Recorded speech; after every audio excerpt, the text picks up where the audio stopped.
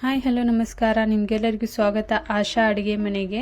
ಸಂಜೆ ವೇಳೆ ಆದರೆ ಸಾಕು, ಈ ತಂಪಾದ ವಾತಾವರಣದಲ್ಲಿ ಏನಾದರೂ ತಿನ್ಬೇಕು ಅನಿಸ್ತಾ ಇರುತ್ತೆ. ಅಂಥ ಸಮಯದಲ್ಲಿ ಕೇವಲ 10ರಿಂದ 15 ನಿಮಿಷದಲ್ಲಿ ರೆಡಿ ಆಗುವಂಥ ಈ ಪಾಲಕ್ ಪಕೋಡಾನ ಒಂದ್ಸತಿ ಟ್ರೈ ಮಾಡಿ ನೋಡಿ. ತುಂಬಾ ಟೇಸ್ಟಿಯಾಗಿ ರೆಡಿ ಆಗುತ್ತೆ.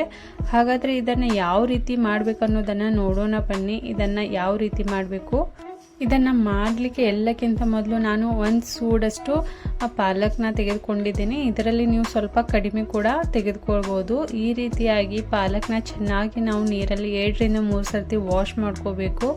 ವಾಶ್ ಮಾಡಿದ ನಂತರ ನೋಡಿ, ಸೈಡ್ನ ಸ್ವಲ್ಪ ಕಟ್ ಮಾಡಿ ತೆಗೆದು ಅದರ ನಂತರ ಈ ಪಾಲಕ್ನ ಚೆನ್ನಾಗಿ ಸಣ್ಣಗೆ ಕಟ್ ಮಾಡಬೇಕಾಗುತ್ತೆ. ಈ ರೀತಿಯಾಗಿ ಎಲ್ಲ ಪಾಲಕ್ನ ಕಟ್ ಮಾಡಿದ ನಂತರ ಇದನ್ನು ಒಂದು ಬೌಲಲ್ಲಿ ಹಾಕೊಳ್ಳೋಣ.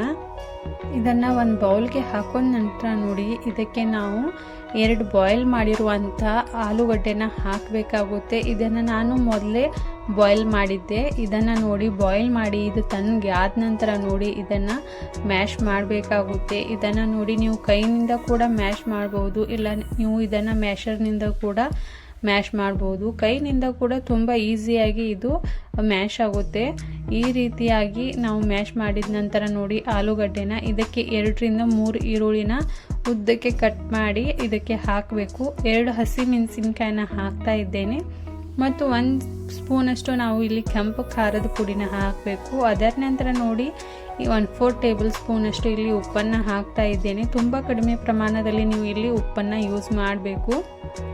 1/2 ಟೇಬಲ್ ಸ್ಪೂನಷ್ಟು ಧನಿಯಾ ಪುಡಿ, 1/2 ಟೇಬಲ್ ಸ್ಪೂನಷ್ಟು ಜೀರಾ, ಅದರ ನಂತರ ನೋಡಿ 1 ಪಿಂಚಷ್ಟು ಅರಿಶಿನ ಹಾಕ್ತಾ ಇದ್ದೇನೆ. ಅದರ ನಂತರ 1/4 ಟೇಬಲ್ ಸ್ಪೂನಷ್ಟು ಅಜವಾಯಿನ ಕೈಯಲ್ಲಿ ಹಾಕ್ಕೊಂಡು ಚೆನ್ನಾಗಿ ತಿಕ್ಕಿ ಇದರೊಳಗೆ ಹಾಕಬೇಕಾಗುತ್ತೆ. ಇದರಲ್ಲಿ ಹಾಕಿದ ನಂತರ ನೋಡಿ, ಇದಕ್ಕೆ ನೀವು ಮಿನಿಮಮ್ ಆದರೂ 1/2 ಕಪ್ ಆಗುವಷ್ಟು ಇಲ್ಲಿ ಕಡಲೆ ಹಿಟ್ಟನ್ನು ಹಾಕಿ, ಇಲ್ಲಾಂದರೆ 4ರಿಂದ 5 ಸ್ಪೂನ್ ಆಗುವಷ್ಟು ಇಲ್ಲಿ ಕಡಲೆ ಹಿಟ್ಟನ್ನು ಹಾಕಬೇಕಾಗುತ್ತೆ.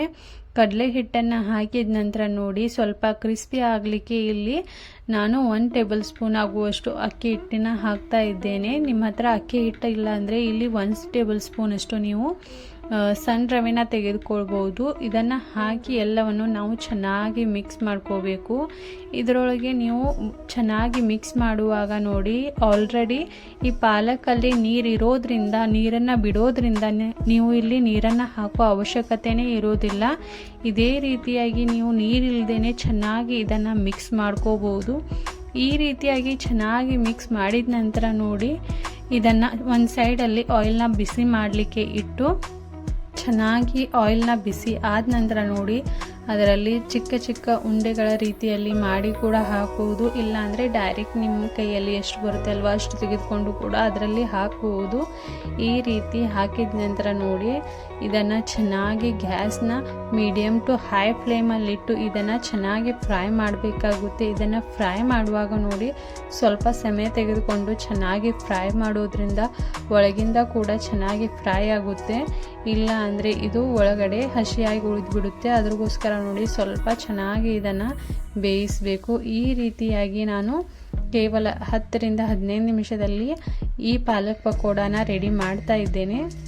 ಇದು ಸಂಜೆ ಟೈಮಲ್ಲಿ ಪರ್ಫೆಕ್ಟ್ ಸ್ನ್ಯಾಕ್ಸ್ ಕೂಡ ಅನ್ಬೋದು, ಅಥವಾ ಹೊಟ್ಟೆ ಕೂಡ ತುಂಬುತ್ತೆ. ಅಷ್ಟು ಟೇಸ್ಟಿಯಾದ ಈ ಪಕೋಡ ಕೂಡ ರೆಡಿ ಆಗಿದೆ. ನೀವು ನೋಡ್ಬೋದು, ಇದೇ ಥರ ಉಳಿದಿರುವಂಥ ಎಲ್ಲ ಪಕೋಡಗಳನ್ನು ನಾನು ಫ್ರೈ ಮಾಡ್ತಾ ಇದ್ದೇನೆ. ಇದನ್ನು ನೀವು ಯಾವುದೇ ರೀತಿಯಾದ ಟೊಮೆಟೊ ಸಾಸ್ ಆಗಿರ್ಬೋದು, ಇಲ್ಲ ಪುದೀನ ಚಟ್ನಿ ಜೊತೆ ಕೂಡ ಇದನ್ನು ತಿನ್ಬೋದು. ತುಂಬಾ ಟೇಸ್ಟಿಯಾಗಿ ರೆಡಿಯಾಗಿದೆ. ಒಂದು ಸರ್ತಿ ಟ್ರೈ ಮಾಡಿ. ಪ್ರತಿ ಸರ್ತಿ ಮಾಡುವಂಥ ಪಾಲಕ್ ಪಕೋಡ ಥರ ಇದು ಅಲ್ಲ, ಇದು ಸ್ವಲ್ಪ ಡಿಫ್ರೆಂಟ್ ಆಗಿದೆ. ಇದನ್ನು ಒಂದು ಸರ್ತಿ ಟ್ರೈ ಮಾಡಿ ನೋಡಿ, ಇದು ಹೇಗಾಗಿದೆ ಅಂತ ಕಮೆಂಟ್ ಮಾಡಿ ಹೇಳಿ. ವಿಡಿಯೋ ಇಷ್ಟವಾದರೆ ಒಂದು ಲೈಕ್ ಮಾಡಿ, ಶೇರ್ ಮಾಡಿ, ಸಬ್ಸ್ಕ್ರೈಬ್ ಮಾಡೋದನ್ನು ಮರಿಬೇಡಿ. ನೀವು ಸಬ್ಸ್ಕ್ರೈಬ್ ಮಾಡೋದ್ರಿಂದ ನಾನು ಇನ್ನೂ ಮೋಟಿವೇಟ್ ಆಗ್ತಾ ಇರ್ತೇನೆ ವಿಡಿಯೋಸ್ಗಳನ್ನು ಮಾಡಲಿಕ್ಕೆ.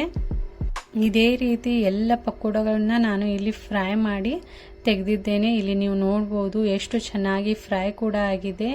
ಇದನ್ನು ತುಂಬ ಟೇಸ್ಟಿ ಕೂಡ ಆಗಿದೆ. ಇದನ್ನು ನೀವು ಟೊಮೆಟೊ ಸಾಸ್ ಕೂಡ ಒಂದ್ಸರ್ತಿ ಟ್ರೈ ಮಾಡಿ ನೋಡಿ, ತುಂಬಾ ಟೇಸ್ಟಿಯಾಗಿದೆ. ಹೇಗಾಗಿದೆ ಅಂತ ಕಮೆಂಟ್ ಕೂಡ ಮಾಡಿ ಹೇಳಿ. Thanks for watching this video.